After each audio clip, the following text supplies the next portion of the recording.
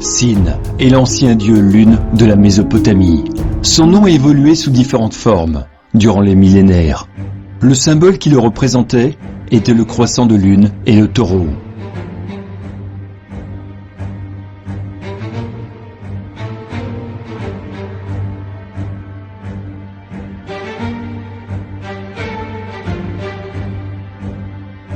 À travers les différents royaumes, époques et régions, Sin deviendra Baal.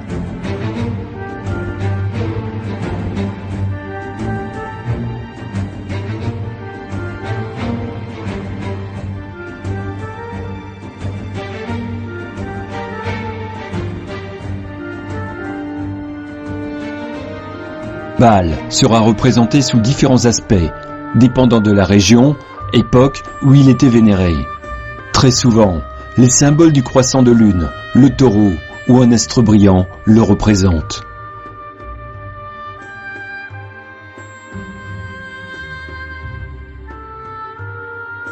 Les enfants étaient donnés en sacrifice à Baal afin d'obtenir des faveurs.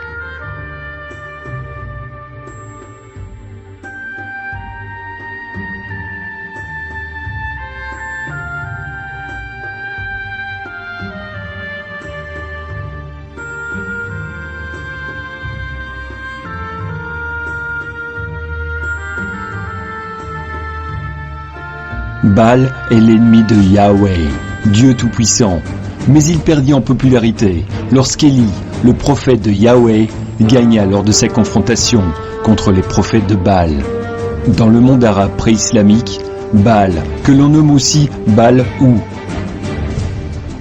ou pour définir son titre de seigneur. Baal-Hou deviendra Oubal. On rapporte qu'Oubal siégeait à la Mecque comme le dieu souverain des 360 autres divinités. Ce dieu suprême avait 3 filles, Allah, Manat et Uza.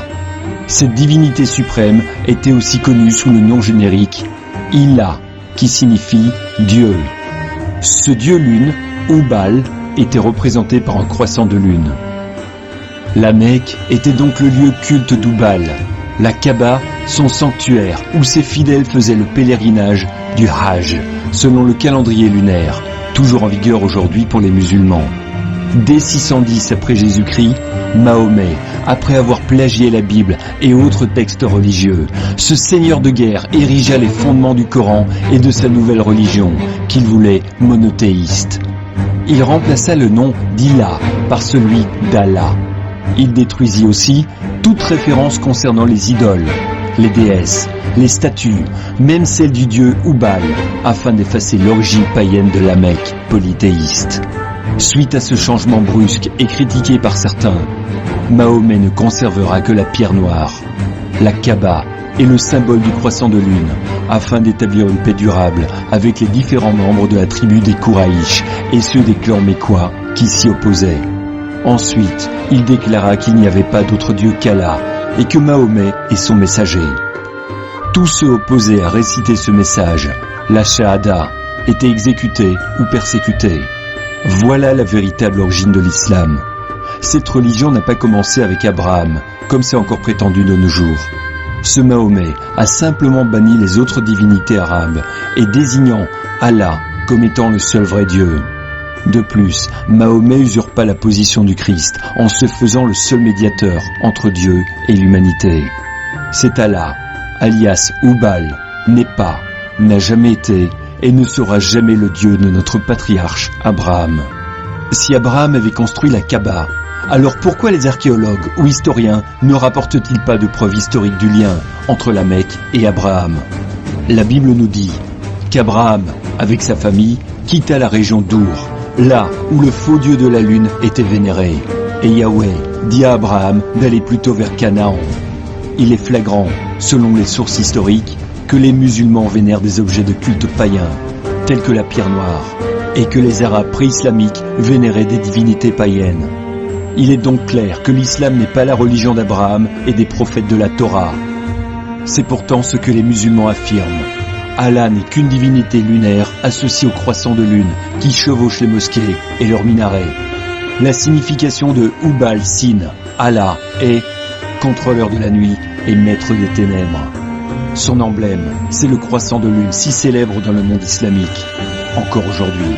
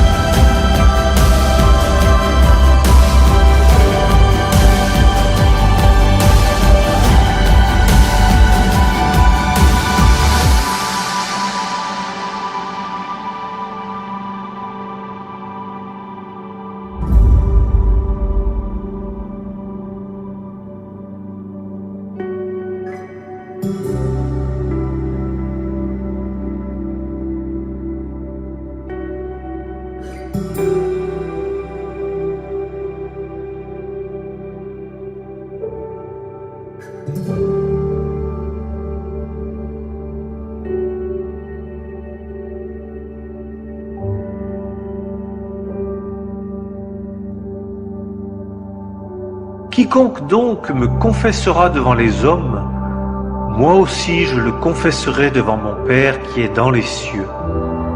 Mais quiconque me reniera devant les hommes, moi aussi je le renierai devant mon Père qui est dans les cieux. Je vous ai donc dit que vous mourrez dans vos péchés, car si vous ne croyez pas que c'est moi, vous mourrez dans vos péchés. Jésus lui dit, moi, je suis la résurrection et la vie. Celui qui croit en moi, encore qu'il soit mort, vivra.